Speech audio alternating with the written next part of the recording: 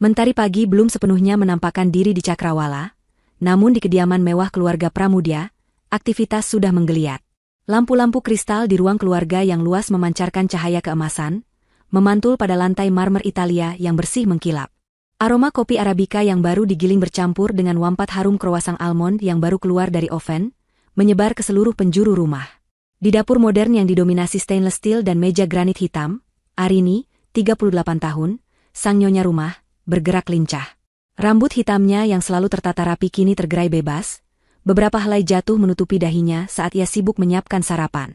Mengenakan blus sutra berwarna emerald dan celana palazzo berwarna krem, Arini tampak seperti sampul majalah bisnis, bahkan di pagi buta. Ia adalah gambaran sempurna wanita karir modern, cerdas, sukses, dan memiliki segalanya. Namun, di balik citra profesionalnya yang nyaris tanpa celah, hati Arini sepenuhnya berlabuh pada satu nama, Bima Pramudya. Pria itulah pusat semestanya, belahan jiwanya, suaminya yang sempurna di matanya. Bima, 40 tahun, CEO dari perusahaan properti raksasa, Pramudya Group, yang dirintis ayahnya, adalah sosok idaman, tampan dengan rahang kokoh dan mata coklat hangat, pengertian, dan selalu mendukung setiap langkah Arini, baik dalam urusan karir maupun rumah tangga.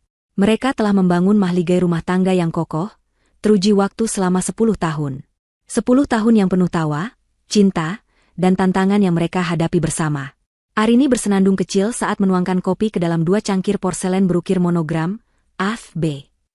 Hari ini, jantungnya berdebar tak sabar.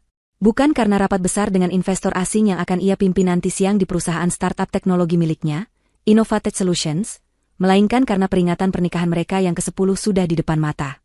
3 hari lagi. Angka 10 terasa begitu agung, sebuah dekade penuh kebersamaan. Ia telah merencanakan kejutan istimewa untuk Bima, sebuah perayaan cinta yang telah teruji waktu. Sayang, kopi sudah siap, seru Arini, suaranya renyah dan penuh kebahagiaan. Tak lama kemudian, Bima muncul dari arah kamar tidur utama.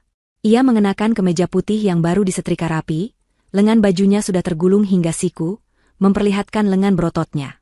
Aroma parfum maskulinnya memenuhi ruangan, memadukan kesegaran citrus dengan kehangatan musk. Senyumnya yang menawan selalu mampu meluluhkan hati Arini. "Selamat pagi, my queen," sapa Bima, mengecup lembut kening Arini sebelum duduk di meja makan.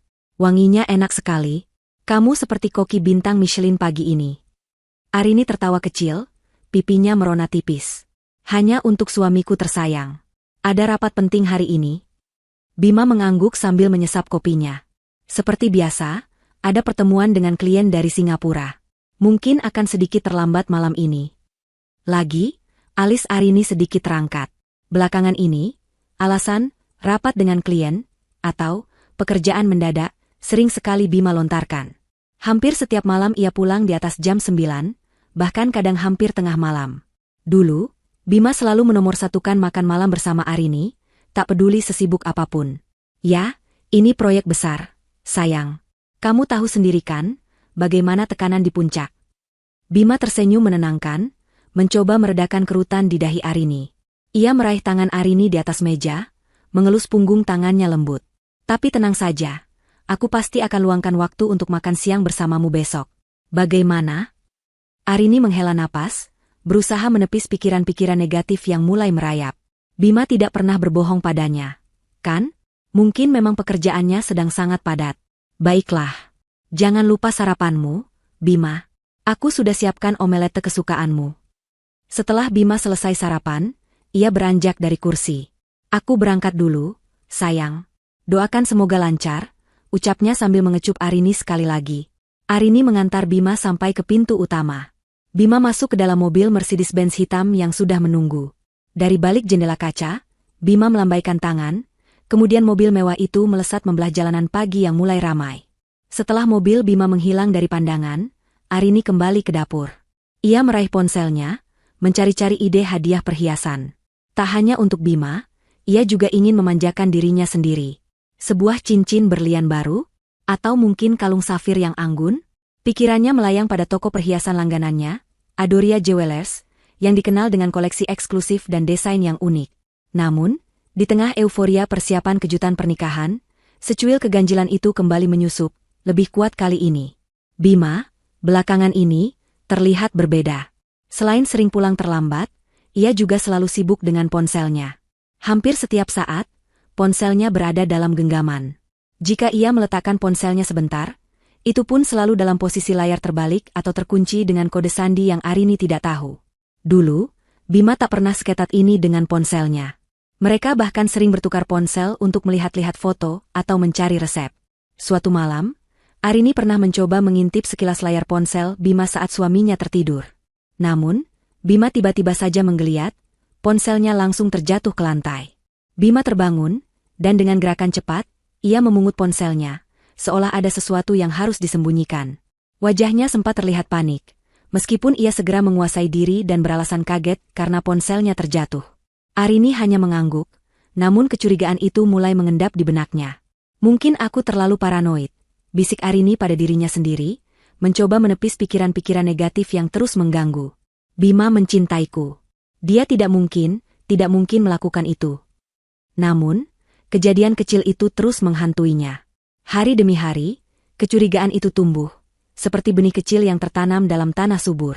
Tatapan Bima yang kadang terlihat kosong, senyumnya yang sedikit dipaksakan, dan kebiasaannya yang mendadak sering menyendiri di balkon sambil berbicara di telepon dengan suara pelan.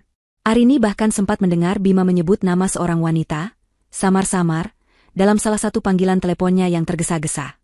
"Siapa tadi, Bima?" tanya Arini suatu kali, saat Bima masuk kembali ke kamar dengan wajah sedikit gelisah. "Oh, itu, klien baru. Namanya Karin," jawab Bima cepat, senyumnya sedikit kaku. "Ada beberapa detail proyek yang harus dikonfirmasi." Arini mengangguk, mencoba percaya. Tapi ia tahu nama, Karin, bukanlah nama klien yang sering Bima sebut sebelumnya. Ia adalah wanita yang berinvestasi di bisnis properti, bukan startup teknologi seperti Arini. Namun, ia tidak mau terlihat cemburu atau terlalu posesif. Ia percaya Bima, ia harus percaya. Saat Arini memilah koleksi perhiasan lamanya di lemari, mencari cincin atau kalung yang bisa ia kombinasikan dengan yang baru nanti, sebuah ingatan melintas di benaknya. Beberapa minggu lalu, Bima pernah bilang akan pergi keluar kota selama 2 hari untuk urusan bisnis di Bali. Arini sempat ingin ikut, namun Bima melarangnya dengan alasan ia akan sangat sibuk dan tidak ingin Arini bosan. Red flag itu seharusnya sudah ia tangkap saat itu. Namun ia terlalu sibuk dengan peluncuran produk baru Innovated Solutions. Kini, dengan segala keanehan yang Bima tunjukkan, pikiran itu kembali. Apa Bima benar-benar pergi untuk bisnis? Atau ada hal lain yang ia lakukan di sana? Arini segera mengenyahkan pikiran itu. Tidak, Bima tidak mungkin. Mereka telah melewati banyak hal bersama. Mereka adalah pasangan sempurna. Setelah menyelesaikan tugas-tugas di kantor Innovated Solutions yang padat, Arini menatap jam tangannya. Pukul 3 sore. Waktu yang tepat untuk melarikan diri sejenak dari angka-angka dan strategi bisnis yang memusingkan, dan menyelami dunia gemerlap yang memanjakan mata. Dengan senyum tipis mengembang di bibirnya, Arini memacu mobil SUV mewah miliknya menuju Adoria Jewelers, toko perhiasan eksklusif langganannya. Letaknya strategis di pusat kota, di antara deretan butik-butik kelas atas dan galeri seni modern. Adoria bukan sekadar toko perhiasan. Ia adalah butik seni, tempat setiap potongan permata dipamerkan layaknya karya agung. Pencahayaan temaram yang disengaja, vitrin kaca anti peluru yang berkilau, dan aroma fragrance lembut yang menguar, semuanya menciptakan atmosfer kemewahan dan keanggunan. Arini sudah tidak asing lagi dengan tempat ini. Ia adalah salah satu pelanggan setia Adoria, bahkan mungkin bisa dibilang salah satu VIP customer. Setiap perhiasan penting dalam hidupnya, cincin pertunangan, cincin pernikahan, kalung ulang tahun perkawinan yang kelima, hingga anting berlian untuk perayaan peluncuran Innovated Solutions, semuanya berasal dari Adoria. Para staf di sana, dari manajer hingga pramuniaga, mengenalnya dengan baik, selalu menyambutnya dengan senyum hormat dan pelayanan kelas 1. "Selamat sore, Ibu Arini. Senang sekali Anda berkunjung lagi," sapa seorang pramuniaga wanita parubaya dengan ramah, membungkuk sedikit setelah Arini melangkah masuk. "Ada yang bisa kami bantu?" "Sore, Ibu Nur. Saya ingin melihat-lihat koleksi cincin dan kalung terbaru kalian," jawab Arini, membalas senyum. Matanya langsung menjelajahi etalase-etalase, mencari kilauan yang paling menarik perhatiannya. Ia membayangkan cincin dan kalung yang sempurna, membalut leher dan jemarinya dengan kilauan cinta, sebagai hadiah untuk dirinya sendiri dan Bima di hari jadi mereka nanti. Ibu Nur mengangguk, gesturnya sopan. "Tentu saja, Ibu. Mari saya tunjukkan beberapa koleksi kami yang baru tiba dari Swiss. Desainnya sangat istimewa, dibuat oleh desainer ternama." Ibu Nur mulai membuka vitrin kaca yang terkunci, hendak mengeluarkan beberapa set perhiasan untuk Arini lihat lebih dekat. Namun, belum sempat Ibu Nur mengeluarkan satu pun perhiasan, sebuah suara melengking tajam memotong suasana tenang di dalam toko. Tunggu. Jangan sentuh perhiasan itu. Arini dan Ibu Nur menoleh serentak. Sesosok wanita muda tiba-tiba muncul dari balik tirai bludru merah yang menutupi area VIP toko. Wanita itu mengenakan gaun mini ketat berwarna merah menyala, riasan wajahnya tebal dengan lipstik merah menyolok, dan rambutnya dicat pirang terang. Postur tubuhnya yang semampai dan tinggi, semampai membuatnya terlihat mencolok. Arini mengerutkan kening. Wajah itu familiar. Ia mengenali wanita itu, Karina. Ya, Karina. Wanita itu adalah salah satu karyawan di perusahaan suaminya, Bima. Arini pernah melihat Karina beberapa kali di kantor Pramudia Group, biasanya di bagian pemasaran atau hubungan masyarakat. Tapi, mengapa Karina ada di sini? Dan mengapa ia bertindak seolah ia pemilik toko? Karina berjalan mendekat dengan langkah angkuh, sorot matanya yang tajam memandang rendah Arini dari ujung kaki sampai ujung rambut. Ada kilatan meremehkan di sana, seolah Arini adalah pengganggu yang tak pantas berada di tempat itu. Maaf, Nona. Sebaiknya Anda tidak menyentuh perhiasan ini. Suara Karina menusuk, nadanya dingin dan penuh kesombongan. Tangannya terlipat di dada, gesturnya menantang. Arini terkejut. Tidak hanya karena Karina berani melarangnya, tetapi juga karena nada bicaranya yang sungguh tidak pantas. Ibu Nur, di samping Arini, tampak sama terkejutnya. Maaf, Nona Karina, Ibu Nur mencoba menjelaskan dengan sopan. Ibu Arini adalah pelanggan setia kami. Beliau sedang melihat-lihat koleksi terbaru. Pelanggan setia? Karina mendengus, tawa sinisnya memenuhi ruangan. Ibu Nur, Anda ini sudah berapa lama bekerja di sini? Tidakkah Anda tahu siapa yang pantas menyentuh perhiasan sekelas ini? Karina melirik Arini dengan jijik. Dengan penampilannya yang biasa seperti itu, saya ragu dia punya uang untuk membeli perhiasan di sini. Dia mungkin hanya ingin tahu harga, lalu mencari yang lebih murah di toko lain. Darah Arini mendidih. Ia merasa sangat marah dan terhina. Seumur hidupnya, belum pernah ia diperlakukan serendah ini, apalagi di tempat yang selalu ia anggap rumah kedua. Ia adalah Arini, CEO Innovated Solutions, salah satu wanita paling berpengaruh di dunia bisnis teknologi, dan ia berdiri di toko yang ia dukung sejak lama. Dan wanita ini, seorang karyawan biasa dari perusahaan suaminya, berani menghinanya? Nona Karina, sepertinya Anda salah paham. Arini mencoba menahan diri, suaranya bergetar menahan amarah. Saya adalah pelanggan di sini. Dan saya tidak yakin Anda punya hak untuk. Hak? Karina memotong kalimat Arini dengan tawa yang lebih keras. Saya punya hak. Saya adalah calon pemilik toko ini. Dan saya tidak ingin perhiasan-perhiasan indah ini disentuh oleh tangan-tangan yang tidak pantas. Karina sengaja menekan kata, tidak pantas. Tatapan matanya mengunci Arini, penuh provokasi. Arini terpaku. Calon pemilik? Apa maksudnya? Mungkinkah Bima tidak? Itu tidak mungkin. Lebih baik Anda pergi saja, Nona. Karina melanjutkan, mendekat satu langkah, wajahnya kini hanya berjarak beberapa inci dari Arini. Aroma parfumnya yang kuat, kontras dengan parfum lembut Adoria, membuat Arini merasa mual. Anda tidak akan mampu membelinya di sini. Toko ini bukan untuk kelas Anda. Kalimat terakhir itu diucapkan dengan nada merendahkan dan tatapan menghina, bagai tamparan keras di wajah Arini. Ia merasa dilempar ke lumpur, harga dirinya diinjak-injak. Ibu Nur, pramuniaga senior yang telah melayani Arini selama bertahun-tahun, tanpa pucat pasi, tak berani membantah Karina. Seolah-olah Karina memang memiliki otoritas penuh di sana. Saya peringatkan Anda, Nona, Arini akhirnya tidak bisa lagi menahan amarahnya. Anda tidak tahu siapa yang sedang Anda hadapi. Karina mendengus. Oh, benarkah? Saya rasa saya tahu. Seorang wanita yang berlagak kaya tapi sebenarnya tidak punya apa-apa. Karina tersenyum mengejek, kemudian tangannya terangkat, menunjuk ke arah pintu keluar. Sekarang, enyahlah. Aku tidak punya waktu untuk melayani orang miskin sepertimu. Tubuh Arini gemetar. Bukan hanya karena marah, tetapi juga karena kaget. Bagaimana Karina, yang seharusnya hanya seorang karyawan, bisa begitu berkuasa di toko perhiasan yang sangat eksklusif ini? Dan mengapa Ibu Nur, yang selalu menghormatinya, tidak berdaya melawan Karina? Ada benang merah yang sangat aneh di balik semua ini. Dengan napas memburu dan mata berkaca-kaca menahan air mata, Arini membalikkan badan. Ia tidak akan membiarkan dirinya terlihat lemah di hadapan Karina. Dengan langkah tegar, meskipun hatinya hancur berkeping-keping, ia berjalan keluar dari Adoria Jewelers. Di belakangnya, ia masih bisa mendengar tawa sinis Karina yang menggema, seolah mengusirnya dari dunia kemewahan yang selama ini menjadi bagian dari hidupnya. Saat mobilnya melaju membelah jalanan kota yang ramai, air mata yang ia tahan akhirnya tumpah. Ini bukan hanya tentang penghinaan di toko perhiasan. Ini tentang keraguan yang selama ini ia coba tepis, kini berubah menjadi bom waktu yang siap meledak. Ada sesuatu yang sangat tidak beres, dan Karina adalah kuncinya. Perasaan bahwa Bima menyembunyikan sesuatu kini tidak lagi samar, melainkan sebuah kenyataan yang pahit. Siapa Karina sebenarnya? Dan apa hubungannya dengan toko perhiasan ini, yang seolah dikuasai olehnya? Arini harus mencari tahu. Ia harus. Arini melaju tak tentu arah di jalanan kota yang padat, air mata yang membasahi pipinya bercampur dengan sisa-sisa amarah dan rasa malu yang mendidih di dalam dada. Pandangan matanya nanar, namun otaknya bekerja keras, mencoba mencerna rentetan kejadian yang baru saja ia alami di Adoria Jewelers.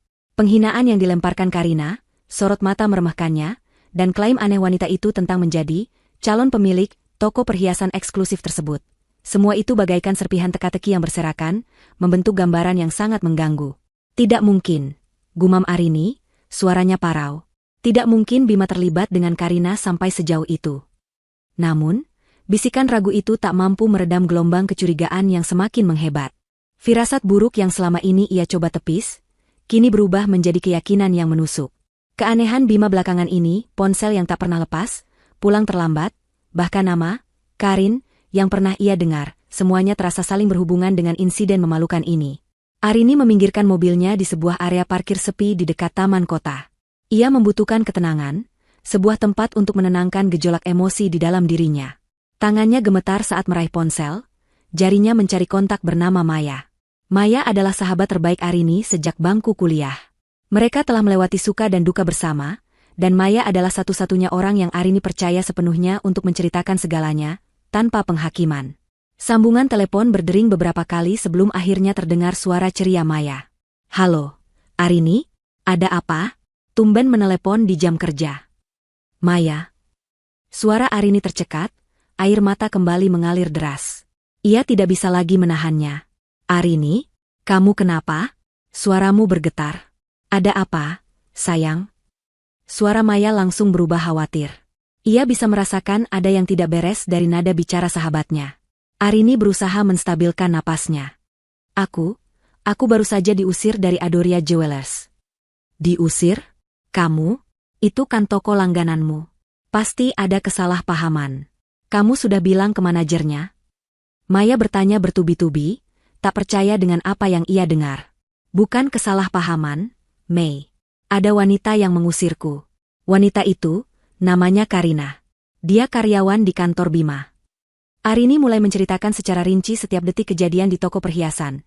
Bagaimana Karina yang berlagak seperti pemilik, mengusirnya dengan kata-kata kasar dan merendahkan, dan klaim Karina tentang menjadi calon pemilik Adoria. Hening sejenak di ujung telepon. Maya terdiam, mencerna cerita Arini. "Karina? Karyawan Bima? Ini benar-benar aneh. Rin, maksudku, kenapa dia bisa punya kekuasaan seperti itu di Adoria? Dan kenapa dia berani melakukan itu padamu?" "Itu yang aku pikirkan, Mei. Ada yang tidak beres. Bima sering pulang terlambat, ponselnya selalu terkunci, dan aku pernah dengar dia menyebut nama Karin di telepon.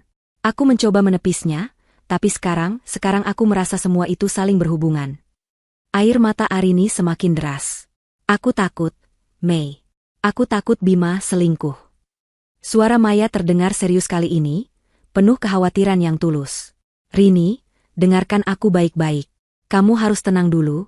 Jangan mengambil kesimpulan terlalu cepat, tapi jangan juga mengabaikan firasatmu. Ini memang sangat mencurigakan." "Lalu aku harus bagaimana, Mei? Aku tidak tahu harus mulai dari mana. Hatiku sakit sekali membayangkan kemungkinan itu." Arini merasa putus asa. Oke, dengarkan saranku," kata Maya, suaranya tegas namun menenangkan. "Pertama, kamu jangan konfront Bima dulu. Kita butuh bukti yang kuat. Kalau tidak, dia bisa saja mengelak dan memutarbalikkan fakta. Kedua, kamu harus menyelidiki lebih lanjut tentang Karina." Menyelidiki Karina? Bagaimana caranya? Kamu tahu kan dia bekerja di bagian mana di Pramudia Group? Coba cari tahu profilnya, latar belakangnya.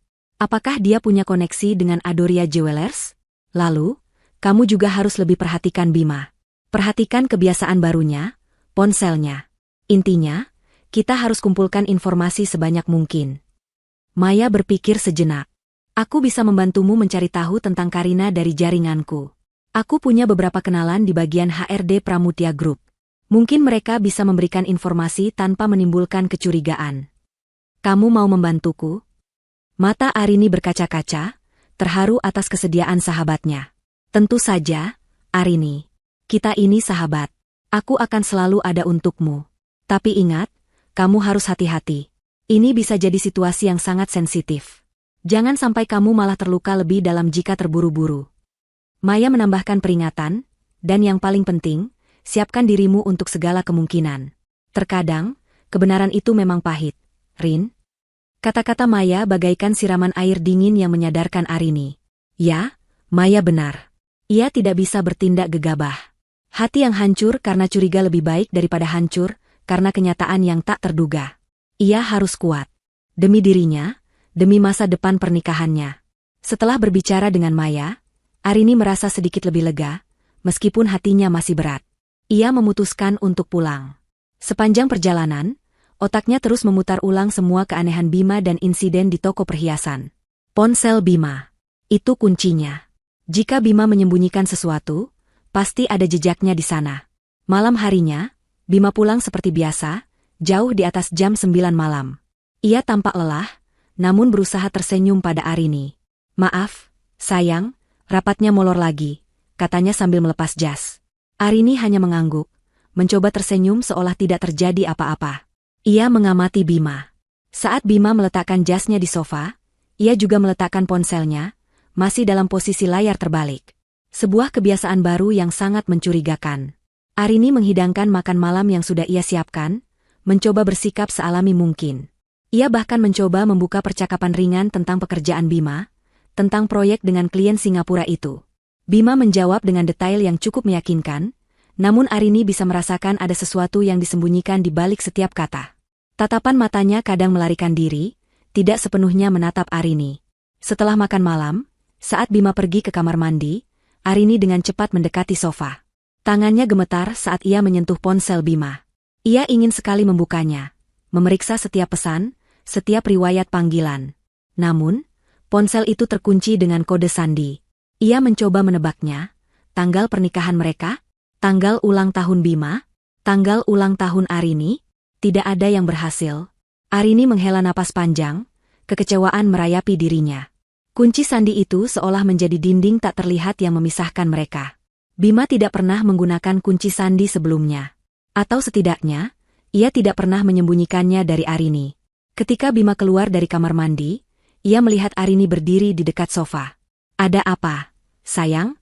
Mencari remote TV, tanyanya santai, namun matanya melirik sekilas ke arah ponselnya di sofa. Tidak, aku hanya mencari majalah. Arini berbohong, mencoba menyembunyikan kegugupannya. Ia menarik napas dalam-dalam. Tekadnya semakin bulat. Ia tidak akan menyerah sampai kebenaran terungkap. Demi keutuhan pernikahannya, atau demi melepaskan dirinya dari belenggu keraguan ini. Malam itu, Arini tidak bisa tidur nyenyak. Bayangan Karina, suara sinisnya, dan raut wajah Bima yang mencurigakan, semua itu berputar-putar di benaknya. Nasihat Maya terus terngiang. Berhati-hati, selidiki lebih lanjut, siapkan diri untuk segala kemungkinan. Arini tahu, ini adalah awal dari sebuah perjuangan. Malam itu, setelah Bima tertidur pulas di sampingnya, Arini masih terjaga. Matanya menatap langit-langit kamar yang gelap, namun pikirannya terang benderang dengan serpihan-serpihan kecurigaan yang saling bertautan. Nasihat Maya untuk mencari bukti yang kuat terngiang-ngiang di benaknya. Ponsel Bima itu adalah pintu utama menuju kebenaran. Pagi harinya, saat Bima sudah berangkat kerja, Arini segera memulai penyelidikannya. Ia tidak bisa lagi menunda. Ketidakpastian ini terasa mencekik. Pertama, ia mencari informasi dasar tentang Karina. Menggunakan koneksi profesionalnya, Arini mencoba mencari profil Karina di LinkedIn. Nama Karina adalah nama yang cukup umum, namun ia mencoba menyaring berdasarkan tempat kerja, Pramudia Group. Hasilnya, ia menemukan beberapa profil. Namun hanya satu yang sesuai dengan deskripsi wanita arogan di toko perhiasan itu. Karina Putri, seorang marketing eksekutif di Pramudia Group, berusia sekitar 28 tahun, dengan riwayat pekerjaan yang tidak begitu mencolok. Tidak ada petunjuk apapun tentang koneksinya dengan Adoria Jewelers. Ini semakin membuat Arini bingung dan penasaran.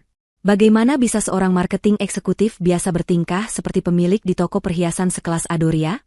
Arini kemudian beralih ke cara yang lebih berisiko, namun dirasa perlu. Dengan hati-hati, ia memeriksa laptop Bima. Ia tahu Bima sering login ke berbagai akun dari laptop kantornya. Beruntung, Bima seringkali lupa logout dari beberapa situs penting. Arini mencoba membuka riwayat penelusuran internet Bima, namun ia mendapati bahwa riwayat penelusuran rutin dibersihkan. Sama seperti ponselnya, Bima seolah sengaja menyembunyikan jejak digitalnya. Kekecewaan sempat merayapi Arini, namun ia tidak menyerah.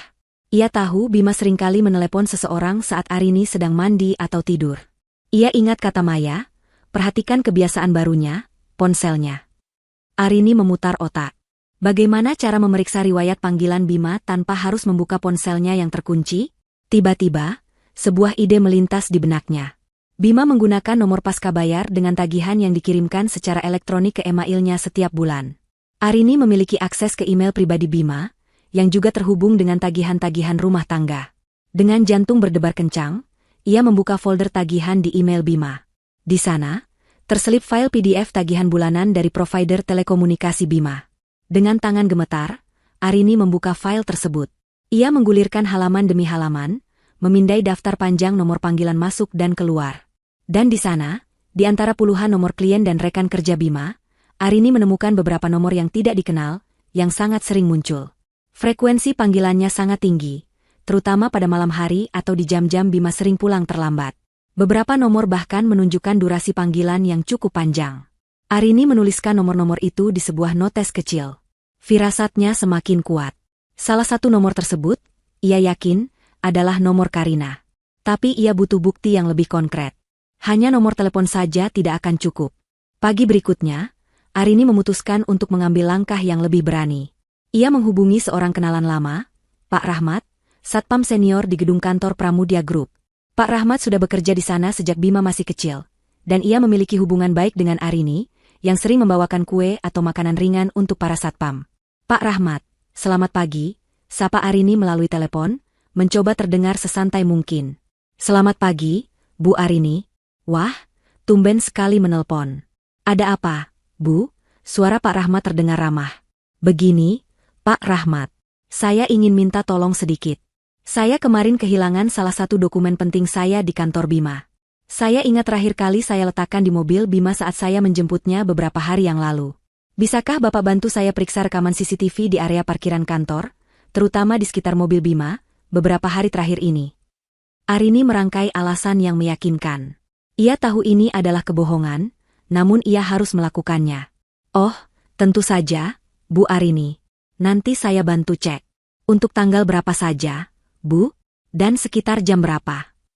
Pak Rahmat tidak menunjukkan keraguan sedikitpun.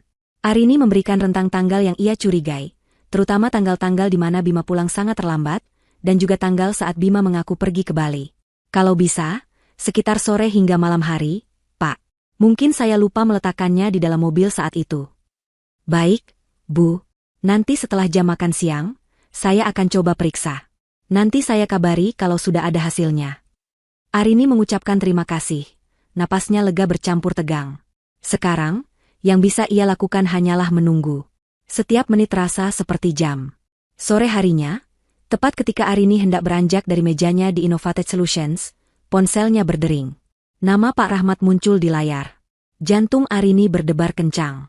Ia segera mengangkat panggilan itu, tangannya sedikit bergetar. Halo, Pak Rahmat, ada apa? Sudah ada hasilnya? Tanya Arini, suaranya berusaha tenang. Sudah, Bu Arini. Saya sudah periksa rekaman CCTV-nya. Ibu Arini yakin dokumennya hilang di mobil Bima?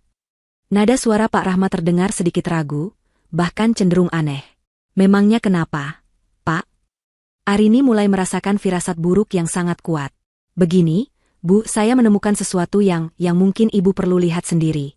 Saya tidak bisa menceritakannya lewat telepon. Bisakah Ibu datang ke pos keamanan sekarang? Permintaan Pak Rahmat itu bagai petir di siang bolong. Perasaan Arini langsung tidak enak. Pasti ada sesuatu yang jauh lebih besar dan buruk dari sekadar dokumen yang hilang. Baik, Pak Rahmat. Saya akan segera ke sana. Dengan tangan dingin dan kaki yang terasa lemas, Arini menyambar tasnya dan bergegas keluar. Ia memacu mobilnya secepat mungkin menuju gedung Pramudia Group.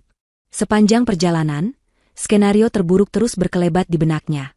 Setibanya di pos keamanan, Pak Rahmat sudah menunggu. Wajahnya terlihat prihatin, tatapannya penuh rasa tidak enak. Mari, Bu Arini. Silakan masuk. Pak Rahmat mengarahkan Arini ke sebuah monitor besar yang menampilkan rekaman CCTV area parkiran. Ia memutar ulang rekaman pada tanggal dan jam yang Arini minta. Dan kemudian, di layar monitor, dunia Arini hancur berkeping-keping. Ia melihat mobil Mercedes-Benz hitam milik Bima terparkir di sudut yang agak tersembunyi. Lalu, pintu penumpang terbuka, dan Karina keluar dari sana. Wanita itu tidak sendiri. Beberapa detik kemudian, Bima muncul dari sisi pengemudi. Adegan selanjutnya membuat napas Arini tercekat di tenggorokan. Bima mendekati Karina, merangkul pinggangnya, dan mencium bibirnya. Ciuman itu bukan ciuman singkat perpisahan, melainkan ciuman yang dalam, penuh gairah, yang berlangsung selama beberapa detik. Setelah itu, mereka berpelukan erat, Bima mengelus rambut Karina, dan Karina bersandar manja di dada Bima. Mereka tertawa, bisik-bisik, terlihat begitu intim dan mesra. Mereka bahkan tidak mencoba menyembunyikan kemesraan mereka di dalam mobil, di parkiran kantor. Arini melihat Bima mencubit pipi Karina, dan Karina menampar pelan lengan Bima dengan manja, kemudian mereka tertawa bersama lagi. Keduanya terlihat sangat bahagia, seolah dunia hanya milik mereka berdua. Adegan itu terus berulang di tanggal-tanggal berbeda, bahkan termasuk tanggal saat Bima mengaku pergi keluar kota untuk urusan bisnis. Ternyata, Bima tidak pergi ke Bali sendirian. Rekaman menunjukkan Bima dan Karina memasuki mobil bersama, dengan koper yang jelas menandakan mereka akan bepergian. Pramudia Group. Detik-detik itu terasa seperti keabadian, setiap adegan mesra Bima dan Karina terukir tajam di benaknya, mengulangi diri dalam lingkaran tanpa henti. Rasa sakit itu begitu dalam, begitu perih, seolah ada tangan tak terlihat yang meremas jantungnya hingga hancur. Pak Rahmat, dengan wajah prihatin, memberinya segelas air putih, namun Arini bahkan tak mampu meraihnya. Pandangannya kosong, menatap layar yang kini hanya menampilkan rekaman kosong parkiran. Bu Arini, apakah ibu baik-baik saja? Suara Pak Rahmat terdengar samar, seperti bergema dari kejauhan. Arini tidak menjawab. Ia hanya menggelengkan kepala pelan, kemudian menghela napas panjang, berusaha mengumpulkan kembali kepingan-kepingan dirinya yang berserakan. Tidak, ia tidak baik-baik saja. Ia hancur. Namun, di tengah kehancuran itu, sebuah tekad membara muncul. Ia tidak akan membiarkan ini berlalu begitu saja. Ia harus menghadapi Bima. Sekarang, dengan langkah gontai namun penuh amarah yang terpendam, Arini meninggalkan pos keamanan. Ia menolak tawaran Pak Rahmat untuk diantar pulang. Ia ingin sendiri, menenangkan badai di dalam dadanya sebelum ia melepaskannya pada Bima. Di dalam mobil, ia melihat pantulan wajahnya di kaca spion, mata sembab, pipi pucat, dan bibir yang bergetar. Wajah itu bukan wajah Arini yang biasa. Ini adalah wajah seorang wanita yang baru saja menyaksikan dunia indahnya runtuh. Arini memacu mobilnya pulang, melewati kemacetan sore dengan pikiran kalut. Setiap lampu merah terasa seperti penghalang, setiap klakson mobil terasa memekakan telinga. Setibanya di rumah, ia mengunci diri di kamar. Ia tahu Bima akan pulang sebentar lagi. Ia butuh waktu untuk merangkai kata, menyusun strategi untuk konfrontasi yang tak terhindarkan ini. Arini mengambil napas dalam-dalam. Ia tidak akan menangis di depan Bima. Ia akan kuat. Tak lama kemudian, suara mobil Bima terdengar masuk ke garasi. Detak jantung Arini semakin cepat. Pintu depan terbuka, kemudian terdengar suara langkah Bima yang masuk ke dalam rumah. "Sayang, aku pulang," seru Bima, suaranya ceria seperti biasa. Ia pasti tidak tahu apa yang sedang menantinya. Arini menarik napas terakhir, meneguhkan hati. Ia melangkah keluar dari kamar, menuju ruang keluarga. Bima sudah duduk di sofa, melepas jasnya, ponselnya sudah di tangan, tentu saja. Ia mendongak saat melihat Arini. "Tumben sudah rapi. Sayang, aku kira kamu masih di kantor," sapa Bima, senyumnya mengembang. Ia sama sekali tidak melihat badai yang akan datang. Arini tidak membalas senyum itu. Wajahnya datar, matanya menatap tajam ke arah Bima. Tatapan Arini membuat senyum di wajah Bima perlahan memudar. Sebuah firasat buruk mulai merayapi Bima. Ada apa, Arini? Kenapa kamu menatapku seperti itu? Bima bertanya, suaranya sedikit ragu. Arini tidak menjawab dengan kata-kata. Ia hanya mengulurkan ponselnya, layar menampilkan tangkapan layar rekaman CCTV yang diambil Pak Rahmat untuknya. Bima dan Karina bermesraan di dalam mobil di parkiran kantor. Gambar itu jelas, tak terbantahkan. Melihat gambar di ponsel Arini, wajah Bima langsung memucat. Matanya melebar, tubuhnya menegang. Ponsel yang tadinya di genggamannya nyaris saja terjatuh. Ia terdiam, kaku, seolah tertangkap basah dalam sebuah kejahatan. Ini apa, Bima? Suara Arini terdengar dingin, penuh amarah yang membeku. Ia tidak berteriak, tidak menangis, justru nada datar itu yang membuat Bima bergidik. Bima tergagap. Arini, ini tidak seperti yang kamu kira. Ia mencoba mengelak, mencoba mencari alasan. Ini hanya kesalahpahaman. Aku bisa jelaskan. Kesalahpahaman? Arini melangkah mendekat, matanya berkilat marah. Kesalahpahaman bagaimana, Bima? Aku melihatnya dengan mata kepalaku sendiri. Di rekaman CCTV. Bukan hanya sekali, tapi berkali-kali. Kau pikir aku bodoh? Kau pikir aku buta? Suara Arini mulai meninggi, amarah yang tertahan akhirnya meledak. Tidak, sayang. Dengarkan aku. Bima berusaha meraih tangan Arini, namun Arini menepisnya kasar. Dengarkan apa lagi, Bima? Dengar kebohonganmu lagi? Dengar alasan konyolmu lagi? Kau bilang ada rapat dengan klien, tapi kau bermesraan dengan wanita lain. Kau bilang pergi keluar kota untuk bisnis, padahal kau bersamanya dengan wanita bernama Karina itu. Wanita yang berani mengusirku dari toko perhiasan langgananku. Arini tak bisa lagi menahan isak tangisnya.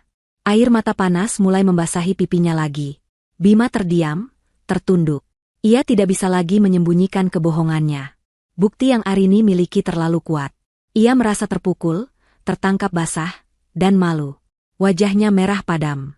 Arini, aku minta maaf. Ucap Bima lirih, suaranya bergetar. Ia mengangkat wajahnya, menatap Arini dengan tatapan penuh penyesalan. Aku tahu aku salah. Aku sangat menyesal. Menyesal? Arini tertawa miris. Mudah sekali kau mengucapkan itu. Kau tahu, Bima, hari ini, aku pergi ke Adoria untuk mencari hadiah peringatan pernikahan kita yang ke-10. Aku ingin memberimu kejutan. Tapi yang kudapatkan justru penghinaan dari wanita simpananmu itu. Apa itu yang kau sebut, penyesalan? Bima hanya bisa menunduk lagi, merasa begitu kecil di hadapan Arini yang terluka. Aku tahu, aku pantas menerima ini. Aku pantas menerima semua kemarahanmu. Aku tidak akan mengelak lagi. Ya, aku berselingkuh dengan Karina. Pengakuan itu, meskipun sudah Arini duga, tetap saja bagaikan belati yang menusuk ulu hatinya. Air mata Arini semakin deras. Perihnya tak tertahankan. Kenapa, Bima? Kenapa kau lakukan ini padaku? Apa kurangnya aku? Aku selalu mencintaimu, mendukungmu, membangun mimpi ini bersamamu. Apa yang kurang dariku? Arini berteriak, suaranya pecah. Tidak ada yang kurang darimu, Arini. Sama sekali tidak ada. Bima mengangkat wajahnya, matanya berkaca-kaca. Kamu sempurna. Kamu adalah istri yang luar biasa. Ini bukan salahmu. Ini kesalahanku. Aku hilaf. Aku tidak tahu bagaimana ini bisa terjadi. Aku kesepian, Arini. Kamu terlalu sibuk dengan pekerjaanmu. Aku tahu itu bukan alasan, tapi... Kesepian? Jadi kau mencari kesepian di pelukan wanita lain? Sementara aku, setiap malam, menunggumu pulang, menyiapkan makan malam, mengkhawatirkanmu, berharap kita bisa menghabiskan waktu bersama. Kau pikir aku tidak sibuk? Kau pikir membangun perusahaan ini mudah? Aku melakukan semua ini juga demi masa depan kita, Bima. Arini merasa jijik dengan alasan Bima. Ia telah mengorbankan begitu banyak hal demi karir dan rumah tangga mereka. Namun Bima justru mengkhianatinya dengan alasan klise seperti itu. Aku tahu aku bodoh. Aku minta maaf. Aku berjanji, aku akan mengakhiri semuanya dengan Karina. Aku akan berubah. Tolong, Arini, beri aku satu kesempatan lagi. Aku tidak bisa hidup tanpamu. Bima merangkak mendekati Arini, berusaha memegang kakinya, memohon ampun. Aku janji akan memperbaiki semuanya. Aku akan buktikan bahwa aku layak untukmu. Arini mundur satu langkah, menghindari sentuhan Bima. Ia melihat Bima, yang selama ini adalah dunianya, memohon di kakinya. Hatinya terpilin. Di satu sisi, ia masih mencintai Bima. 10 tahun kebersamaan, kenangan indah yang tak terhitung jumlahnya, semua itu tidak bisa dihapus begitu saja.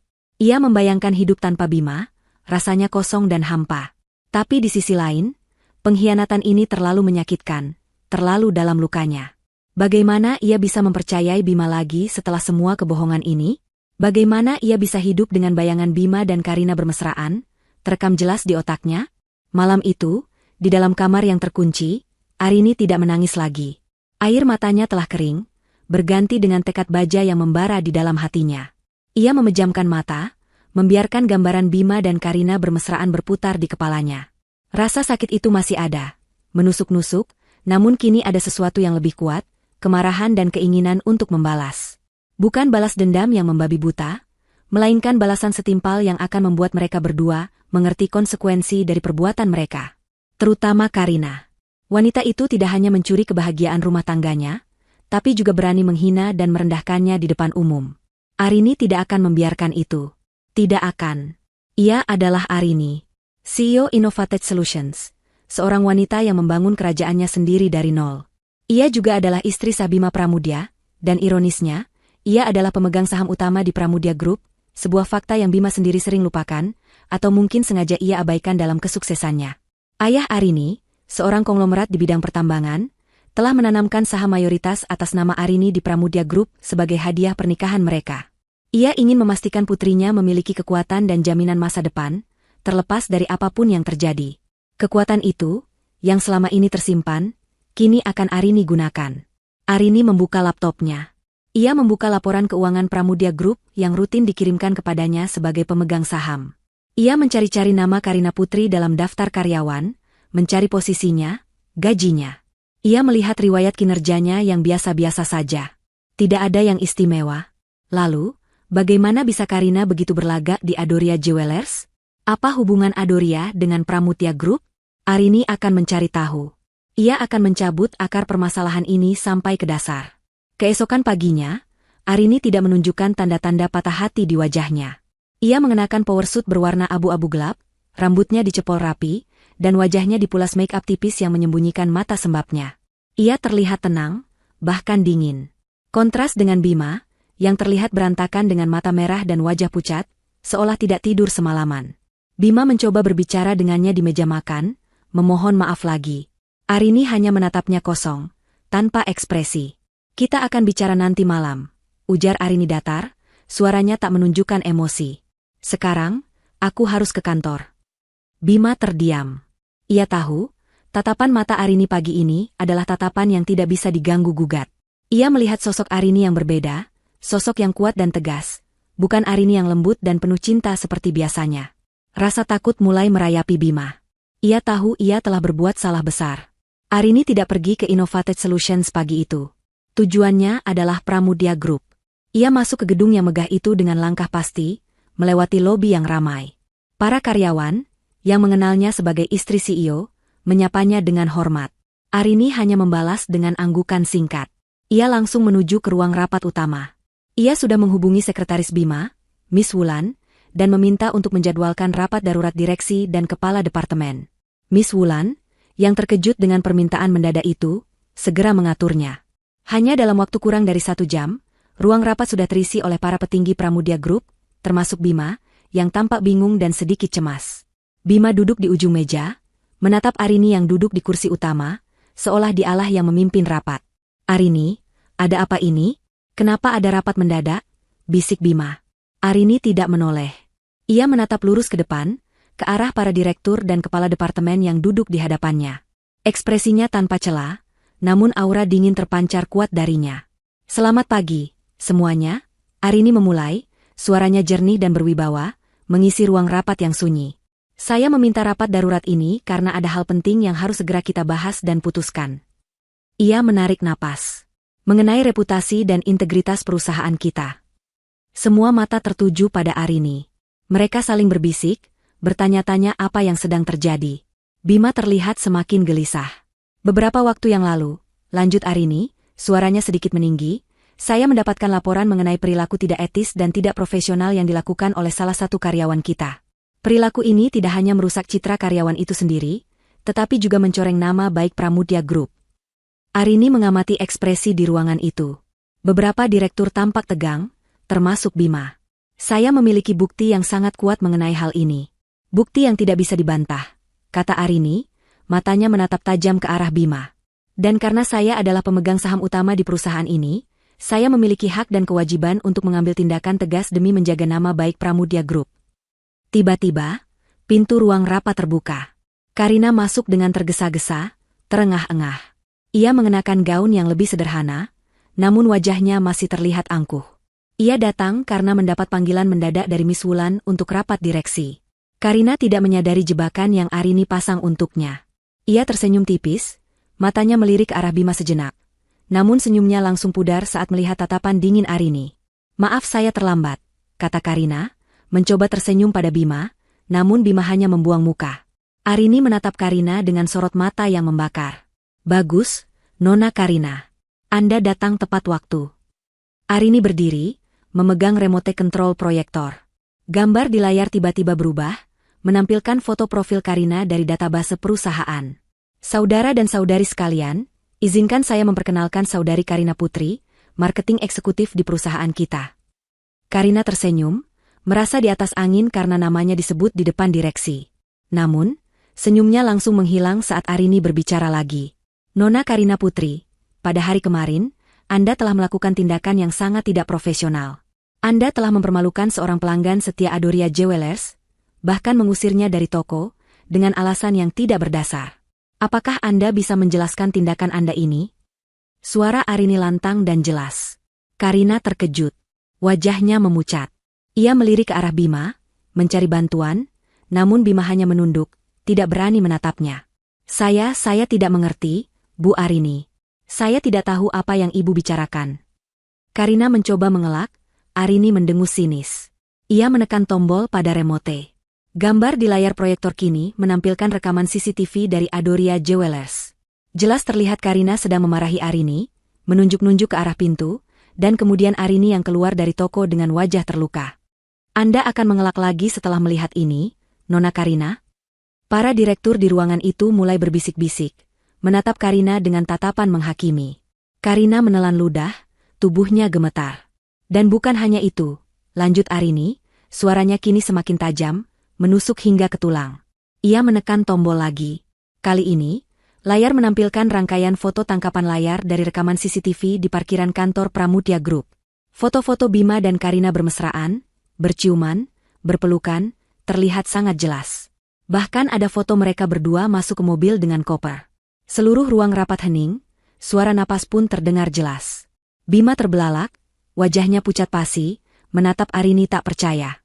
Karina terpaku, matanya melebar, mulutnya ternganga. Ia tidak menyangka Arini akan sejauh ini. Dan ini, Arini menunjuk layar dengan jari telunjuknya, adalah bukti bagaimana Nona Karina Putri telah merusak reputasi perusahaan ini. Arini melangkah keluar dari ruang rapat direksi Pramudia Group dengan kepala tegak, namun langkahnya terasa berat. Di balik ketegasan yang ia tunjukkan di depan umum, hatinya menjerit kesakitan. Ia telah berhasil memecat Karina, memberikan balasan setimpal atas penghinaan dan pengkhianatan yang telah wanita itu lakukan. Namun, kemenangan itu terasa hampa. Api kemarahan yang membara di dadanya sedikit mereda, digantikan oleh awan kelabu kesedihan dan kepedihan yang mendalam. Ia telah mencabut duri yang menusuknya, tapi luka yang ditinggalkan jauh lebih dalam. Bima mengejar Arini begitu ia keluar dari ruang rapat. Wajahnya pucat pasi, matanya penuh kepanikan dan kemarahan. Arini, apa-apaan ini? Kenapa kamu melakukan ini? Suara Bima terdengar parau, tercekik antara rasa malu dan amarah. Ia tidak bisa menerima istrinya melakukan tindakan sejauh itu di depan semua petinggi perusahaannya. Arini berhenti di tengah koridor, membalikkan badan. Tatapan matanya setajam belati, menusuk Bima hingga ke ulu hati. Kenapa aku melakukan ini? Kau masih bertanya kenapa, Bima? Suara Arini rendah namun penuh tekanan. Wanita itu, yang kau peluk dan cium di parkiran kantormu sendiri, wanita itu yang menghinaku di depan umum. Wanita itu yang kau jadikan selingkuhanmu saat aku sibuk membangun masa depan kita. Dan kau bertanya kenapa? Bima terdiam, tidak mampu membantah. Ia tahu ia salah, ia tahu ia pantas menerima kemarahan Arini. Namun, rasa malu karena dipermalukan di depan rekan-rekan kerjanya membuat egonya terluka parah. Tapi, Arini, ini masalah rumah tangga kita. Kenapa harus dibawa ke kantor? Kenapa harus dipermalukan seperti ini? Rumah tangga kita? Arini tertawa hambar. Kau yang pertama kali membawa masalah ini ke lingkup profesional. Bima. Kau yang melibatkan karyawanku di perusahaanmu dalam skandal perselingkuhan. Kau yang membiarkan wanita simpananmu itu merajalela, bahkan berani menghinaku. Ini bukan hanya masalah rumah tangga, Bima. Ini masalah integritas, etika, dan harga diri. Arini menatap Bima dengan jijik. Dan kau pantas mendapatkannya. Lebih dari itu. Tanpa menunggu jawaban Bima, Arini berbalik dan melangkah pergi, meninggalkan Bima yang terdiam kaku di tengah koridor, menjadi tontonan bisikan-bisikan karyawan yang lewat. Setibanya di rumah, ketegangan langsung menyelimuti setiap sudut. Suasana terasa dingin dan hampa, seolah semua kehangatan telah direnggut paksa. Bima pulang larut malam, tak lama setelah Arini. Ia mencoba mendekati Arini, memohon untuk bicara. Namun Arini menolak, mengurung diri di kamar, tidak ingin berbagi ranjang dengan pria yang telah mengkhianatinya. Malam itu dan beberapa malam berikutnya, mereka tidur terpisah. Arini di kamar utama, Bima di kamar tamu. Rumah mewah itu terasa seperti penjara, penuh dengan kebisuan yang memekakan telinga dan tatapan mata yang saling menghindar. Bima mencoba berbagai cara untuk berbaikan, mengirimkan bunga, menyiapkan sarapan, mencoba memulai percakapan ringan. Namun, Arini menolaknya. Luka itu terlalu dalam, amarah itu masih terlalu panas. Arini, kita harus bicara. Bima akhirnya memberanikan diri suatu malam, saat Arini sedang membaca buku di ruang keluarga. Wajahnya terlihat lelah dan putus asa. Arini menutup bukunya dengan pelan, meletakkannya di meja kopi. Matanya menatap Bima datar. Mau bicara apa lagi, Bima? Mau menjelaskan kebohongan apa lagi? Aku tahu aku salah, Arini.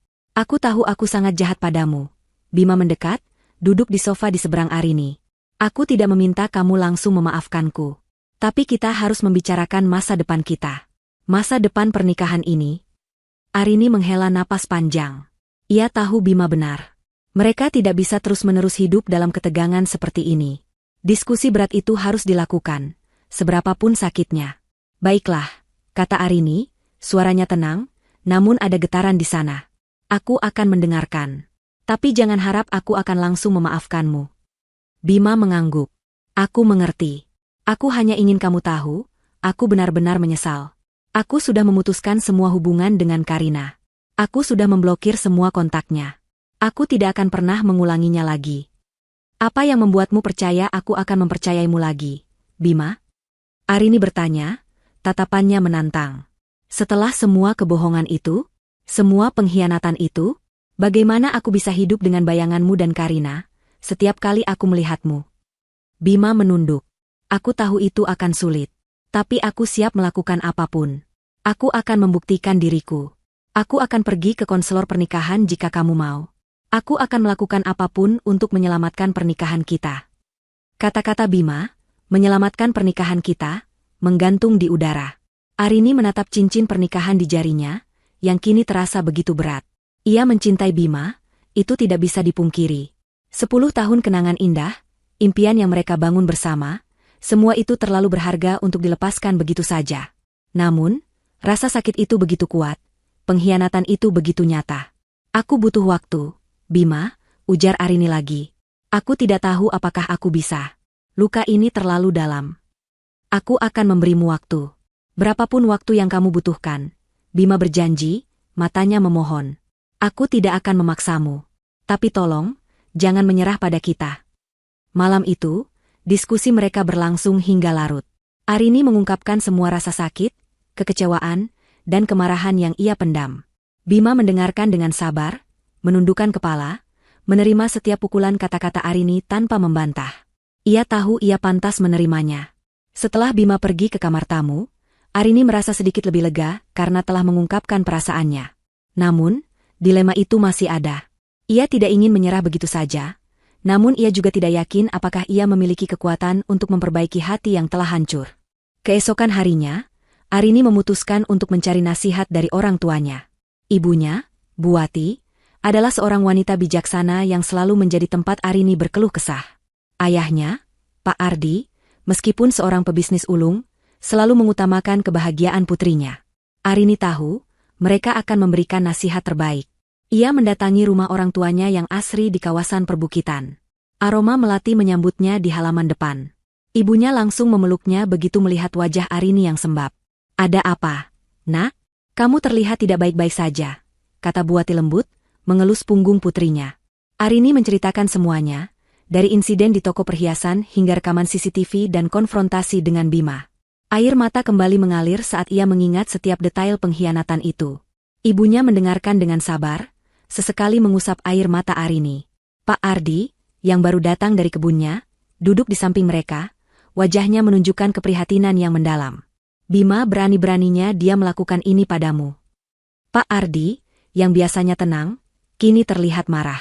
"Ayah tidak akan membiarkannya. Kalau kamu mau cerai, ayah akan bantu kamu dengan segala cara." "Tenang, Yah," Buati menenangkan suaminya. "Kita dengarkan dulu Arini. Dia pasti sedang bingung."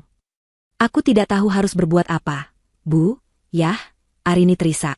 "Aku mencintai Bima, tapi pengkhianatan ini sangat sakit. Aku tidak tahu apakah aku bisa memaafkannya. Aku takut akan terus hidup dalam bayangan ini." Buati memegang tangan Arini erat. "Nak, pernikahan itu memang seperti pohon. Ada kalanya badai menerpa, ada kalanya hama menyerang. Yang penting, kamu berjuang untuk melindunginya. Tapi jika akarnya sudah busuk, Bu, apa gunanya dipertahankan?" "Belum tentu busuk, Nak. Mungkin hanya sakit. Tugasmu adalah mencoba mengobatinya." Malam-malam di rumah keluarga Pramudia terasa panjang dan dingin.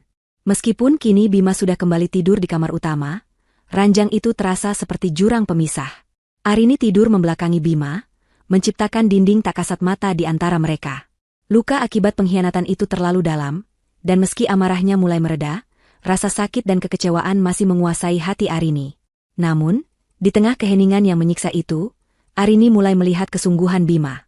Sejak konfrontasi yang menghancurkan itu, Bima adalah pria yang berbeda. Aura angkuh dan sibuk yang dulu memancar darinya kini telah sirna, digantikan oleh raut wajah penuh penyesalan dan mata yang memohon maaf.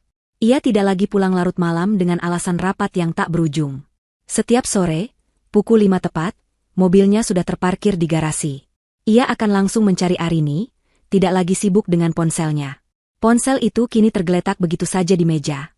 Layarnya terbuka, seolah ia tidak lagi menyembunyikan apapun. Bima mulai mencoba mendekati Arini dengan cara-cara kecil yang dulu pernah mereka lakukan. Ia akan menyiapkan sarapan untuk Arini di pagi hari, meskipun hasilnya seringkali gosong atau terlalu asin. Ia akan membawakan Arini teh hangat saat ia sedang sibuk bekerja di laptop, atau memijit bahunya yang kaku sepulang dari kantor. Ia bahkan mencoba membantu pekerjaan rumah tangga yang biasanya dilakukan oleh asisten rumah tangga, meskipun hasilnya seringkali kikuk. "Sayang, aku sudah siapkan air hangat untuk mandimu," ucap Bima suatu malam, wajahnya memancarkan ketulusan. "Maaf kalau suhunya kurang pas." Arini hanya mengangguk. Namun ia tidak bisa menahan diri untuk tidak merasakan sedikit kehangatan di hatinya. Ini adalah Bima yang ia kenal dulu, Bima yang perhatian, Bima yang selalu berusaha membahagiakannya. Perlahan, dinding es di hati Arini mulai mencair, setetes demi setetes. Bima tidak hanya berusaha di rumah. Di kantor, ia juga menunjukkan perubahan signifikan. Ia lebih fokus, lebih profesional. Setelah pemecatan Karina, Bima sendiri yang secara sukarela melakukan audit internal di Departemen Karina, memastikan tidak ada lagi praktik tidak etis yang merusak perusahaan. Ia juga menghabiskan lebih banyak waktu untuk berinteraksi dengan para karyawan, mencoba membangun kembali kepercayaan yang sempat retak karena skandal yang melibatkannya. Suatu sore, Bima memberanikan diri. "Arini, aku sudah mencari konselor pernikahan yang bagus. Dia punya reputasi baik dan banyak membantu pasangan yang sedang bermasalah. Maukah kamu mencoba pergi denganku?" Arini menatap Bima. Ia tahu ini adalah langkah besar. Mengunjungi konselor pernikahan berarti mereka secara resmi mengakui bahwa pernikahan mereka sedang dalam masalah serius, dan mereka membutuhkan bantuan profesional untuk memperbaikinya. Ini juga berarti Bima benar-benar sungguh-sungguh ingin berubah. Setelah mempertimbangkan nasihat orang tuanya, Arini akhirnya mengangguk. "Baiklah, aku akan mencoba." Pertemuan pertama mereka dengan konselor pernikahan, seorang wanita parubaya bernama Ibu Lia, terasa canggung dan penuh ketegangan. Arini dan Bima duduk di kursi terpisah, memandang ke arah yang berbeda. Ibu Lia, dengan tenang, mendengarkan cerita mereka. Arini menceritakan semua rasa sakitnya, pengkhianatan yang ia rasakan, dan kehancuran kepercayaannya. Bima, di sisi lain, mengakui semua kesalahannya, mengungkapkan penyesalannya yang mendalam, dan alasan-alasan klise yang sempat ia sampaikan pada Arini, kini diakuinya sebagai kelemahan diri semata, bukan kesalahan Arini. Saya tahu alasan saya tidak masuk akal, Bu Lia. Saya akui saya bodoh. Saya hilaf, Bima berkata, suaranya bergetar. Arini adalah wanita yang sempurna. Saya tidak bisa mengendalikan diri saya saat itu. Saya janji, saya akan melakukan apapun untuk mendapatkan kepercayaannya kembali. Proses penyembuhan itu tidak mudah. Sama sekali tidak. Setiap sesi konseling terasa seperti membuka kembali luka lama. Ada saat-saat Arini merasa amarah dan rasa sakit itu kembali menguasainya, dan ia akan menyalahkan Bima. Ada saat-saat Bima merasa frustrasi karena Arini masih sulit memaafkan.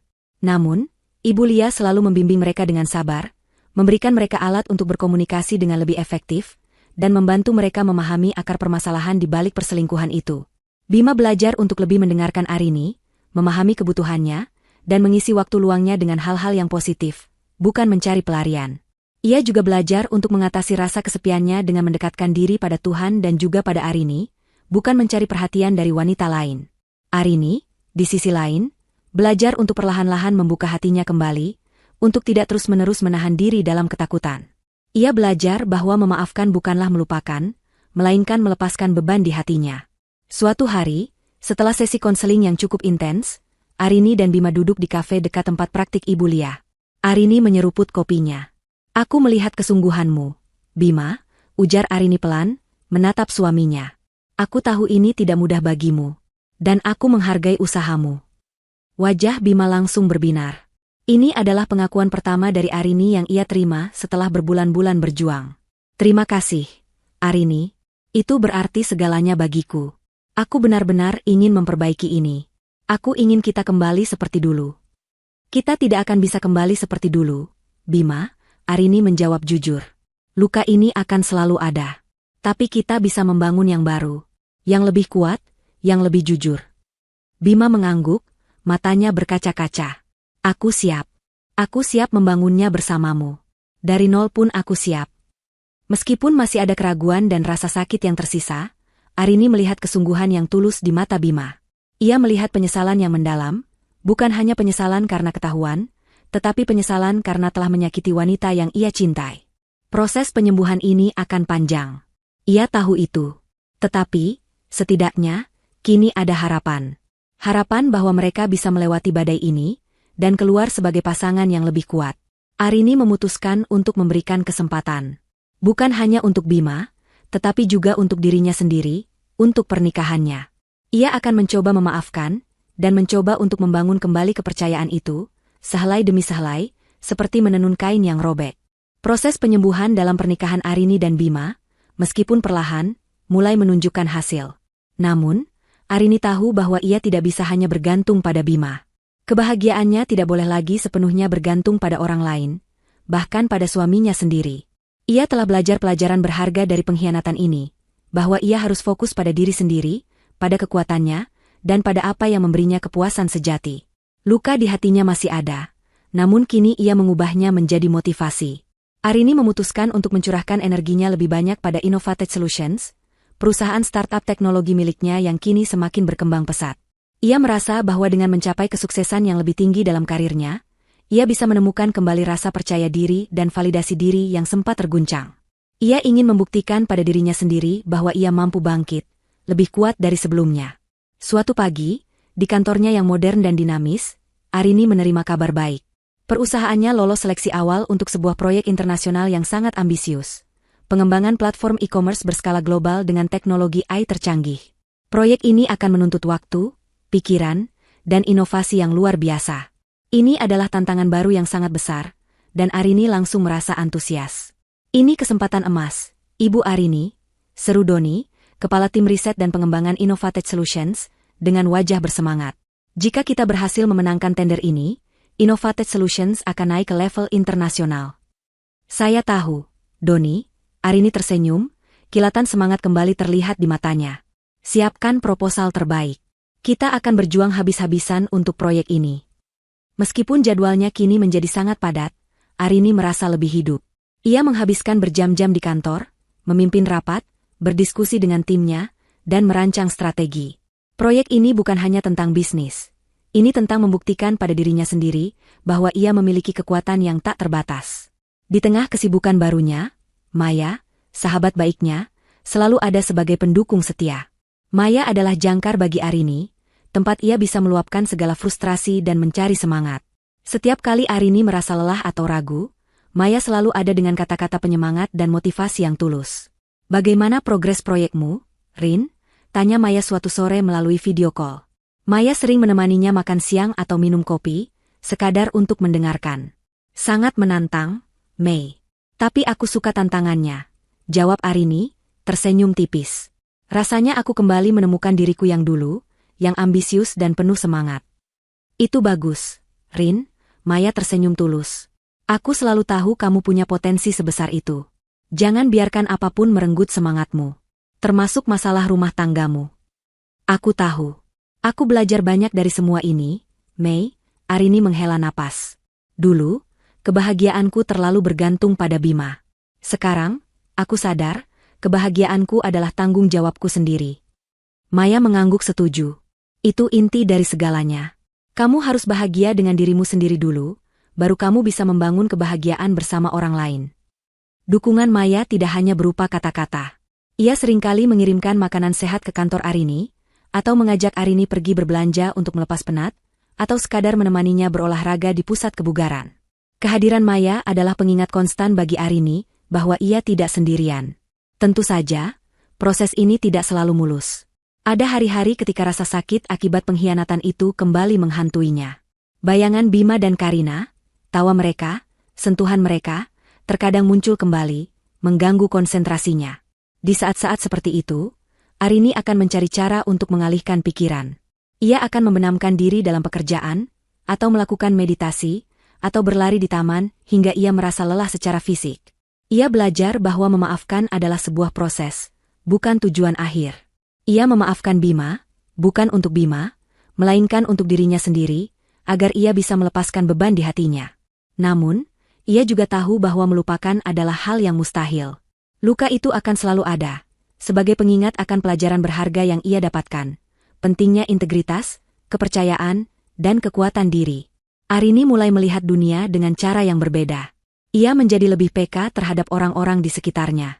Ia belajar untuk lebih menghargai setiap momen, setiap kebahagiaan kecil. Ia menjadi lebih mandiri, lebih kuat, dan lebih bijaksana. Transformasi ini bukan hanya terlihat dari cara ia mengelola perusahaannya, tetapi juga dari cara ia membawa diri. Ada aura ketenangan dan kekuatan yang terpancar darinya, sebuah aura yang tidak pernah Bima lihat sebelumnya. Bima, yang menyaksikan perubahan Arini, merasa takjub sekaligus takut. Ia melihat Arini yang jauh lebih kuat, lebih independen, dan ia takut Arini akan meninggalkannya. Rasa takut itu justru mendorongnya untuk semakin keras membuktikan diri. Ia tidak hanya terus mengikuti sesi konseling, tetapi juga mulai mencari cara untuk mendukung karir Arini, sama seperti Arini dulu mendukungnya. Ia sering menanyakan progres proyek Arini, memberikan saran, atau sekadar mendengarkan cerita Arini tentang tantangan di kantor. Suatu malam, saat Arini sedang lembur, Bima tiba-tiba datang ke kantor Innovative Solutions, membawakan makan malam dan snack kesukaan Arini. Ia duduk di samping Arini, menemaninya bekerja. "Aku tidak ingin kamu kelelahan," katanya lembut. "Kamu sudah bekerja sangat keras." Arini menoleh, menatap Bima. Sebuah senyum tipis terukir di bibirnya. "Terima kasih, Bima." Ia merasakan ada ketulusan dalam setiap tindakan Bima. Perlahan, trust issue yang ia miliki mulai mencair. Bukan berarti ia sepenuhnya percaya, namun ia melihat upaya Bima. Arini menyadari bahwa ia telah menjadi wanita yang jauh lebih kuat dari yang ia kira. Ia telah melewati badai terburuk dalam hidupnya, ia telah melihat pengkhianatan dari orang yang paling ia cintai, namun ia tidak hancur. Justru sebaliknya, ia bangkit. Ia menemukan kembali makna kebahagiaan dalam dirinya sendiri, dalam pekerjaannya, dan dalam dukungan orang-orang yang tulus mencintainya seperti Maya. Proyek e-commerce global Arini semakin menunjukkan kemajuan pesat. Ia berhasil memenangkan tender, mengalahkan perusahaan-perusahaan besar lainnya. Berita itu menjadi headline di berbagai media bisnis, mengangkat nama Innovated Solutions ke kancah internasional.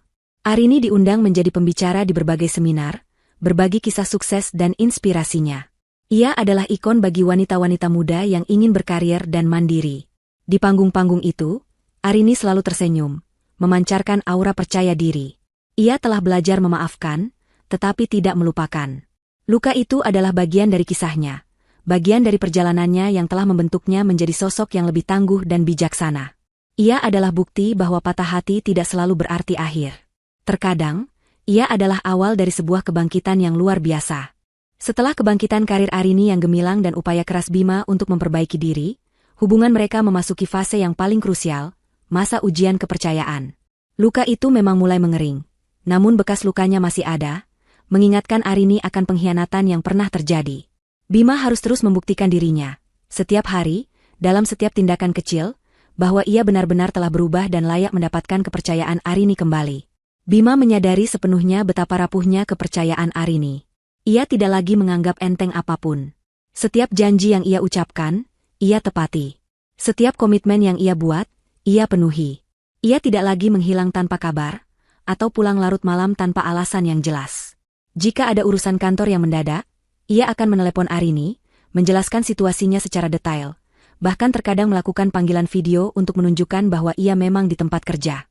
Ponselnya kini selalu terbuka, dan ia bahkan seringkali sengaja meletakkannya di dekat Arini, seolah berkata, "Silakan periksa, tidak ada yang kusembunyikan." Arini, di sisi lain, berusaha keras untuk tidak lagi hidup dalam bayang-bayang masa lalu. Ia mencoba untuk tidak lagi memeriksa setiap gerak-gerik Bima, atau menaruh curiga pada setiap panggilan teleponnya. Namun, ada momen-momen sulit ketika keraguan itu muncul kembali, seperti hantu yang menghantui. Terkadang, saat Bima pulang terlambat 5 menit dari biasanya, jantung Arini akan berdebar kencang, pikiran-pikiran buruk mulai memenuhi otaknya. Ia harus berjuang melawan dirinya sendiri, melawan traumanya. Dalam sesi konseling mingguan mereka dengan Ibu Lia, topik kepercayaan ini selalu menjadi fokus utama. Ibu Lia menekankan pentingnya komunikasi terbuka dan kejujuran mutlak dari Bima, serta kesabaran dan kemauan untuk memaafkan dari Arini. Kepercayaan itu seperti vas bunga yang pecah, Ibu Lia menjelaskan suatu kali. Bisa direkatkan kembali, tapi retakannya akan selalu ada. Tugas kalian adalah menerima retakan itu, dan menjadikannya bagian dari cerita kalian, bukan sebagai penghalang. Bima mengangguk setuju. Saya mengerti, Bu Lia. Saya siap menghadapi semua keraguan Arini. Ini adalah konsekuensi dari perbuatan saya. Suatu hari, Bima menghadapi sebuah ujian besar. Ia harus pergi keluar kota selama 3 hari untuk memimpin presentasi proyek besar Pramudia Group di sebuah kota yang cukup jauh. Dulu, perjalanan seperti ini adalah pemicu kecurigaan Arini yang paling besar, mengingat Bima pernah menggunakan alasan perjalanan bisnis untuk berselingkuh dengan Karina. Malam sebelum keberangkatan, Bima duduk di samping Arini di sofa ruang keluarga. "Arini, aku harus pergi keluar kota besok. 3 hari. Aku akan presentasi proyek besar," kata Bima, suaranya sedikit ragu, mengamati ekspresi Arini. Arini terdiam sejenak. Ingatan tentang rekaman CCTV di parkiran kantor, tentang koper yang mereka bawa bersama, kembali melintas di benaknya. Jantungnya berdenyut nyeri. Namun, ia menarik napas dalam-dalam, berusaha menepis pikiran negatif itu. Ia melihat ketulusan di mata Bima. "Baiklah," jawab Arini, suaranya tenang. "Berangkatlah. Semoga lancar." Bima terkejut dengan reaksi Arini yang begitu tenang. "Kamu tidak apa-apa." Arini tersenyum tipis. "Aku percaya kamu, Bima. Kamu sudah berusaha keras. Jangan kecewakan aku lagi." Meskipun Arini mengucapkan itu, di dalam hatinya, pertarungan masih terjadi. Selama 3 hari Bima di luar kota, Arini merasa gelisah. Ia sering melihat ponselnya, menunggu kabar dari Bima. Dan Bima tidak mengecewakannya. Setiap pagi, Bima akan menelepon Arini, melakukan video call saat istirahat makan siang, dan di malam hari ia akan mengirimkan foto-foto hotelnya, ruang presentasinya, atau bahkan foto makanan yang ia santap, seolah ingin meyakinkan Arini bahwa ia memang sibuk dengan pekerjaannya. Pada hari kedua, Bima bahkan melakukan sesuatu yang tidak Arini duga. Ia mengirimkan pesan teks pada Arini, "Sayang, aku tahu kamu masih ragu. Tapi aku ingin kamu tahu, aku merindukanmu setiap detik di sini. Aku tidak akan pernah mengulangi kesalahanku lagi. Kamu adalah satu-satunya. Pesan itu sederhana, namun berhasil menyentuh hati Arini. Ketika Bima kembali, Arini menyambutnya dengan senyum tulus. Ia melihat Bima datang dengan wajah lelah, namun matanya memancarkan kelegaan dan kebahagiaan. Bima langsung memeluknya erat, ciuman di kening Arini terasa lebih tulus dari sebelumnya. Terima kasih sudah percaya padaku, Arini, bisik Bima. Aku melihat usahamu, Bima, jawab Arini, tersenyum. Teruslah seperti ini. Meskipun begitu, ujian kepercayaan itu belum berakhir. Ada momen-momen sulit ketika keraguan muncul kembali. Misalnya, suatu malam, Arini menemukan memo pembayaran dari sebuah toko perhiasan kecil di dompet Bima. Jantungnya langsung mencelos. Ia ingat Karina pernah berlagak seperti pemilik di Adoria Jewelers, dan pikiran terburuk langsung menyerbu. Bima, ini apa? Tanya Arini, menunjukkan memo tersebut dengan tangan gemetar. Suara Arini terdengar dingin, penuh kecurigaan. Bima, yang sedang membaca buku, mendongak. Ia melihat memo itu, lalu tersenyum. Oh, itu. Aku sengaja tidak memberitahumu dulu, karena aku ingin memberimu kejutan. Arini menatapnya curiga. Kejutan apa? Bima meletakkan bukunya, meraih tangan Arini. Ingat waktu kita pertama kali kencan, dan aku membelikanmu gelang perak dari toko kecil itu? Kamu bilang itu gelang favoritmu, dan kamu menyimpannya sampai sekarang, meskipun sudah lusuh. Arini terdiam. Ia ingat gelang perak itu. Gelang sederhana dari toko perhiasan di sudut kota, bukan Adoria Jewelers yang mewah. Gelang itu adalah hadiah pertama Bima untuknya, penuh makna, yang Arini simpan rapi di kotak perhiasan lamanya. Aku sudah meminta toko itu untuk membuat replika gelang itu, persis sama. Aku ingin memberikannya padamu di peringatan pernikahan kita nanti. Bima melanjutkan, matanya berbinar. Aku ingin mengingatkanmu, dan juga diriku, tentang awal hubungan kita, tentang cinta sederhana kita yang dulu. Arini menatap Bima, mencari kebohongan di matanya. Tapi ia hanya melihat ketulusan. Air mata mulai menggenang di mata Arini. Kejutan itu, begitu sederhana namun penuh makna, berhasil menyentuh hatinya. Ini adalah kejutan manis dari Bima, sebuah bukti nyata bahwa ia memang berusaha keras untuk kembali ke Arini, kembali ke akar cinta mereka. Kamu tidak pernah berubah, kata Arini, suaranya tercekat, memeluk Bima erat. Ia menangis, namun kali ini, itu adalah air mata kelegaan dan sedikit kebahagiaan. Bima membalas pelukannya, mengelus rambut Arini dengan lembut. Momen-momen seperti itulah yang perlahan-lahan membangun kembali kepercayaan Arini. Ia menyadari bahwa Bima memang tulus ingin berubah. Ia tidak hanya berbicara, tetapi ia menunjukkan dengan tindakan. Proses ini memang membutuhkan kesabaran luar biasa dari kedua belah pihak. Bima harus terus membuktikan diri, dan Arini harus terus belajar untuk membuka hatinya, memaafkan, dan percaya lagi. Mereka tahu, perjalanan mereka masih panjang. Akan ada kerikil-kerikil kecil di jalan. Namun, mereka kini lebih kuat. Mereka telah melewati badai terburuk, dan mereka belajar bagaimana menghadapi badai bersama. Cinta mereka, yang sempat retak, kini mulai menyatu kembali, diikat oleh benang-benang kesungguhan, penyesalan, dan komitmen yang baru. Babak baru ini adalah babak ujian, namun juga babak harapan. Setahun telah berlalu sejak badai menerpa rumah tangga Arini dan Bima. Setahun penuh dengan perjuangan, air mata, penyesalan, dan yang terpenting, kesungguhan. Waktu telah menjadi penyembuh terbaik, perlahan tapi pasti menutup luka yang menganga.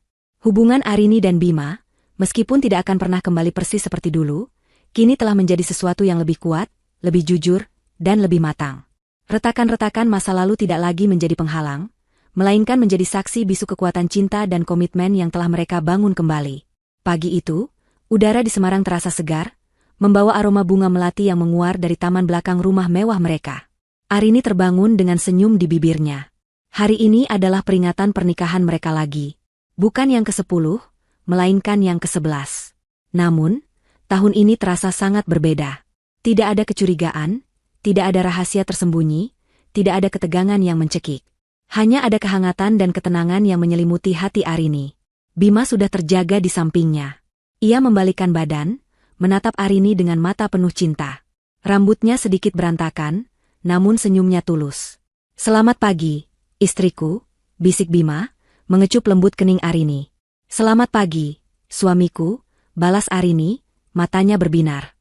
Ia meraih tangan Bima, mengelus cincin pernikahan mereka yang kini terasa pas di jarinya, seolah telah menyatu sempurna. Sudah siap untuk kejutan hari ini? Tanya Bima, seringai kecil muncul di bibirnya. Arini tertawa. Kejutan apa lagi kali ini? Semoga bukan sesuatu yang membuatku harus jadi detektif lagi. Sindirnya lembut, dan Bima ikut tertawa, mengakui kesalahannya di masa lalu. Mereka sarapan bersama di teras belakang, menikmati kopi dan pankek buatan Bima yang kini sudah jauh lebih mahir memasak. Perbincangan mereka ringan, penuh tawa, seperti pasangan yang baru saja jatuh cinta. Bima menceritakan proyek-proyeknya di Pramudia Group, dan Arini berbagi antusiasmenya tentang perkembangan Innovated Solutions yang kini telah sukses meluncurkan platform e-commerce global. Mereka adalah dua individu yang kuat dan sukses, namun kini mereka belajar untuk saling mendukung dan merayakan keberhasilan satu sama lain. Sore harinya, Bima mengajak Arini berkencan. Bukan ke restoran mewah yang sering mereka datangi, melainkan ke sebuah tempat yang membawa Arini kembali ke momen pahit setahun lalu, Adoria Jewelers. Jantung Arini sempat berdebar kencang saat melihat logo toko perhiasan itu. Kenangan tentang Karina yang menghinanya kembali melintas. Namun, Arini melihat senyum Bima yang menenangkan, dan ia tahu, ini adalah bagian dari proses penyembuhan mereka. Saat mereka melangkah masuk, suasana toko terasa berbeda. Pramuniaga Parubaya, Ibu Nur, menyambut mereka dengan senyum lebar dan hormat. Selamat sore, Ibu Arini, Bapak Bima. Senang sekali Anda berdua bisa datang bersama. Arini mengangguk, membalas senyum. Ia melirik ke area di mana Karina dulu berdiri angkuh. Area itu kini ditempati oleh seorang pramuniaga baru yang ramah. Tidak ada lagi jejak Karina di sana. Bima menggenggam tangan Arini erat, seolah membaca pikirannya. Arini, kali ini, aku ingin memilihkan hadiahnya sendiri untukmu, kata Bima, menatap mata Arini dengan tulus. Sebagai simbol kesetiaan dan cintaku yang sesungguhnya. Arini terkejut, namun ia tersenyum. Ini adalah perubahan yang sangat berarti. Dulu, ia selalu memilih sendiri perhiasannya. Sekarang, Bima yang ingin melakukannya. Bima memimpin Arini ke sebuah etalase khusus. Ia menunjuk ke arah sebuah set perhiasan, kalung dan sepasang anting dengan desain sederhana namun elegan, bertahtakan berlian dan satu batu safir biru di tengahnya, serupa dengan warna blus yang Arini kenakan saat pertama kali Bima melihatnya. Aku memilih ini, kata Bima, suaranya lembut. Karena kamu adalah permata terindah dalam hidupku. Dan warna biru safir ini mengingatkanku pada ketenangan yang selalu kamu berikan padaku, bahkan di tengah badai. Mata Arini berkaca-kaca. Ia melihat ketulusan yang luar biasa di mata Bima. Bima meminta Ibu Nur untuk mengeluarkan perhiasan itu. Dengan gerakan perlahan, Bima memasangkan kalung itu di leher Arini. Jemarinya menyentuh kulit Arini, dan Arini merasakan kehangatan yang telah lama ia rindukan. Cantik sekali, Bima, bisik Arini, menatap pantulan dirinya di cermin, kalung itu tampak sempurna di lehernya. Tidak secantik dirimu, sayang, balas Bima, mengecup puncak kepala Arini. Setelah itu, Bima mengeluarkan sebuah kotak kecil lain. Ini untukku, katanya, membuka kotak itu. Di dalamnya ada sebuah cincin emas putih dengan ukiran inisial, A.F.B, dan tanggal pernikahan mereka. Aku ingin memakai ini, Arini, sebagai pengingat setiap hari, bahwa aku telah berjanji padamu, dan janji itu tidak akan pernah aku ingkari lagi. Arini mengangguk, air mata menetes. Ini bukan sekadar perhiasan. Ini adalah simbol dari babak baru mereka, simbol dari kepercayaan yang dibangun kembali, dan simbol dari cinta yang telah teruji dan menjadi lebih kuat. Mereka keluar dari Adoria Jewelers dengan senyum lebar, menggandeng tangan erat, meninggalkan semua kenangan pahit di belakang mereka. Malam harinya, Bima telah menyiapkan makan malam romantis di rumah. Bukan di restoran mewah, melainkan di taman belakang yang dihiasi lampu-lampu peri dan lilin. Menu makan malam sederhana namun penuh cinta, dimasak sendiri oleh Bima. Mereka tertawa, berbagi cerita, dan mengenang masa-masa awal hubungan mereka, tanpa ada beban masa lalu yang mengganggu. Terima kasih, Bima, ucap Arini, menatap Bima di bawah kerlipan bintang. Terima kasih sudah berjuang sekuat ini. Aku yang harus berterima kasih, Arini, balas Bima, meraih tangan Arini. Terima kasih sudah memberiku kesempatan kedua. Terima kasih sudah percaya padaku lagi. Arini dan Bima menatap masa depan dengan harapan. Mereka telah belajar dari kesalahan yang menyakitkan, dan mereka telah melalui proses penyembuhan yang panjang. Mereka kini lebih kuat, lebih bijaksana, dan lebih menghargai satu sama lain. Pernikahan mereka bukanlah pernikahan yang sempurna tanpa cacat, melainkan pernikahan yang jujur, yang pernah retak namun berhasil direkatkan kembali dengan kesabuhan, komitmen, dan cinta yang tulus. Mereka berdua kini tahu bahwa cinta sejati bukan tentang kesempurnaan, melainkan tentang kemampuan untuk bangkit kembali setelah jatuh, untuk memaafkan, dan untuk terus berjuang bersama, apapun badai yang menghadang. Ini adalah awal dari babak baru dalam hidup mereka, sebuah babak yang mereka sambut dengan hati lapang dan penuh rasa syukur. Kisah mereka bukan lagi tentang pengkhianatan, melainkan tentang penebusan dan cinta yang abadi.